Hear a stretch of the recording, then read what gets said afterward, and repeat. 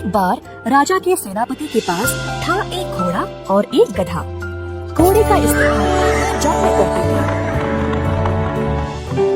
और गधे को भार उठाने के लिए।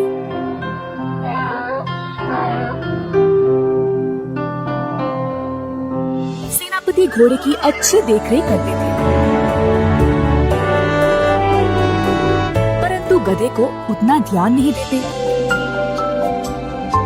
अनाज और हरी घास घोड़े को खिलाते और गधे के लिए केवल सूखा भूसा। अगर घोड़े की सेहत बिगड़ जाती तो पड़ोसी राज्यों से चिकित्सकों को बुलाया करते थे, परंतु अगर गधे को कुछ भी होता तो उसकी ओर देखते भी नहीं। क्योंकि सेनापति घोड़े को इतना भाव देते थे, घोड़ा घमंडी बन गया और गधे को नीची नजर से देखने लगा।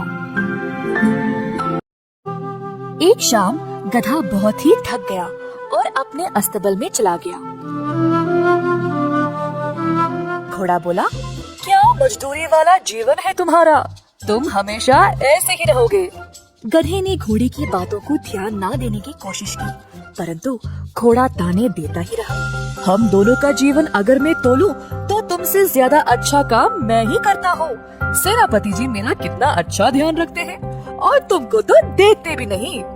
थका हुआ गधा बस चुपचाप घोड़े की बातें सुन रहा था। अगली शाम रोज की तरह गधा फिर से अपने अस्तबल में आ बैठा। घोड़ा फिर से ताने देना शुरू किया। आज मैं सेनापति जी के साथ महाराज के खेल के मैदान पर गया। तुमने क्या किया? मैं वन में गया और लकड़ी वापस ले आया। देखा, तुम में और मुझ में कितना अंतर है। मैं तुमसे बहुत महान हूँ। गधे ने सोचा, कोई फायदा नहीं, दिन पे दिन ये घोड़ा मेरा अपमान किए जा रहा है। किसी दिन इसको सबक सिखाना ही पड़ेगा। गधा चुपचाप ही रहा।